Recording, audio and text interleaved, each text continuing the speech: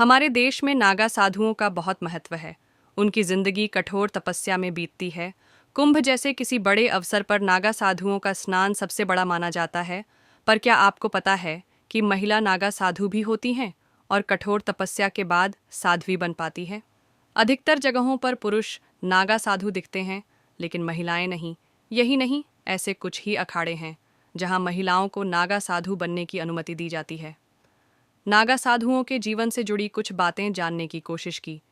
Doctor Radhakant वत्स कई सालों से अध्यात्म और ज्योतिष की फील्ड से जुड़े हुए हैं और उनकी इस विषय में अच्छी पकड़ है। क्या महिला नागा साधुओं को रहना होता है? नग्न जब नागा साधुओं को लेकर मैं अपनी रिसर्च कर रही थी, तब गूगल पर सबसे पहला सवाल यही आया था, क्या महिला नागा साधु भी नग्न रहती हैं?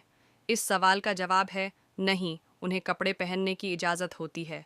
हालांकि इससे जुड़े नियम रहते हैं। वो सिर्फ एक ही वस्त्र अपने शरीर पर धारण कर सकती हैं और वह वस्त्र सिला हुआ नहीं होना चाहिए। हालांकि कुछ नागा साधु इसका त्याग भी करती हैं, लेकिन वो सबके सामने नहीं आती। कैसे बनते हैं? महिला नागा साधु भारत में सिर्फ दशनाम सन्यासिनी अखाड़ा ही महिला नागा साधुओं को साध्वी बनने की इजाज़त देता है। अन्य अखाड़ों में पुरुषों को ही लिया जाता है। शुरुआती दौर में महिलाओं के लिए कोई अलग से अखाड़ा नहीं था।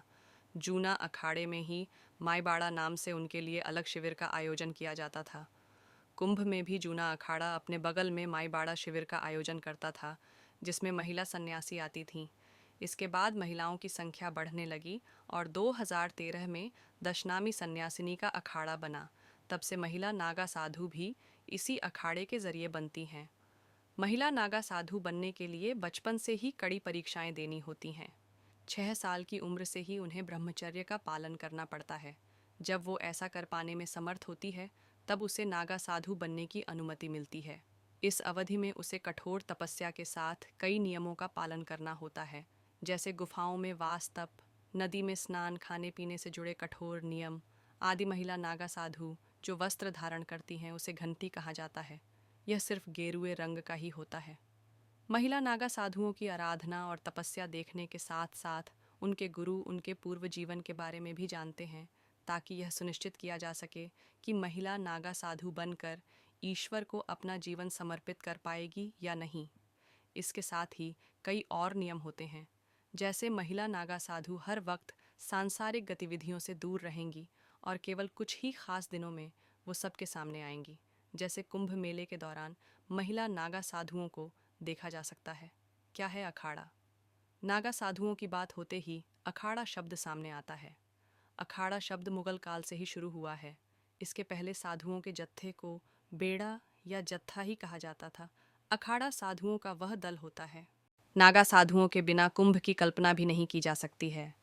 महाकुंभ के आगाज होने के साथ ही करोड़ों की संख्या में अघोरी और नागा साधु आस्था की डुबकी लगाने के लिए आते हैं।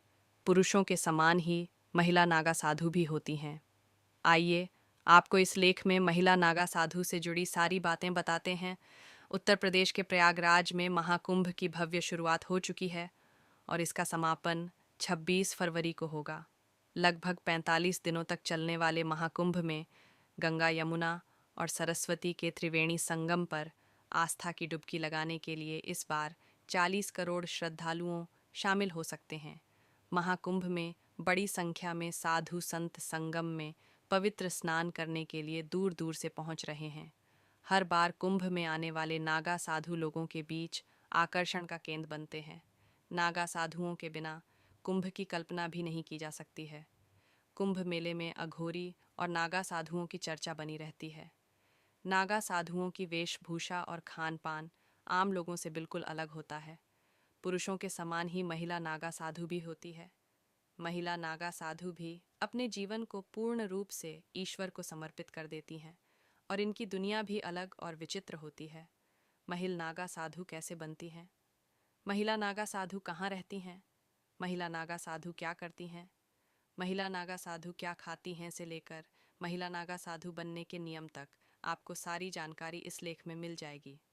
महिला नागा साधु का जीवन नागा साधुओं की के बारे में ज़्यादातर लोगों को पता होता है, लेकिन महिला नागा साधु का जीवन सबसे अलग होता है। महिला नागा साधु गृहस्थ जीवन से दूर हो चुकी होती हैं। इनके दिन की शुरुआत और अंत दोनों पूजा पाठ के साथ ही होती है। महिला नागा साधु का जीवन कई तरह की कठिनाइयों से भरा होता है।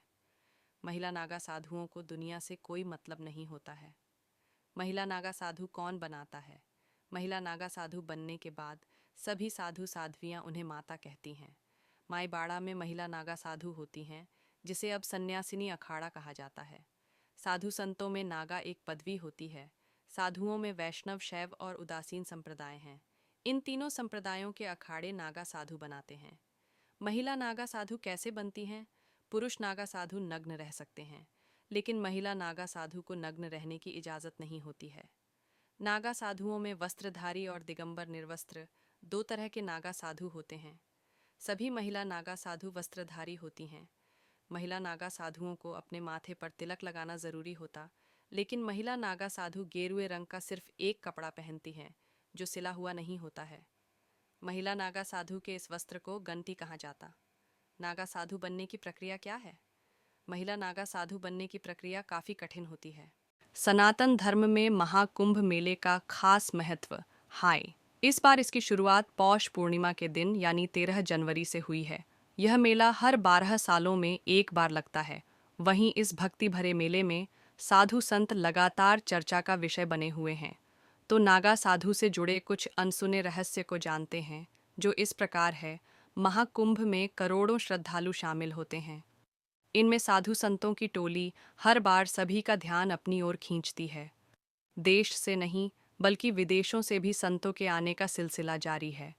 वहीं इस भव्य मेले में नागा साधु आकर्षण का केंद्र बने हुए हैं, क्योंकि इनकी जीवन शैली के बारे में हर कोई जानने की इच्छा रखता है। ऐसे में आज हम नागा साधुओं से जुड़ी 10 प्रमुख बातों के बारे में जानेंगे, जिसे शायद बहुत कम लोग ही जानते हैं। नागा साधुओं से जुड़े रहस्य।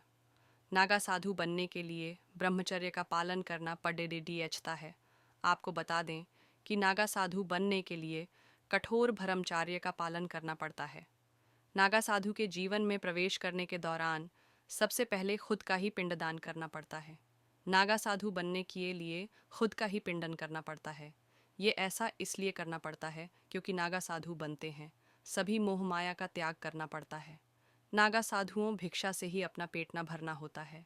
अब आपको बता दें कि केवल भिक्षा ही नागा साधुओं के जीने का माध्यम होता है। भिक्षा के सहारे ही नागा साधु अपना जीवन यापन करता है।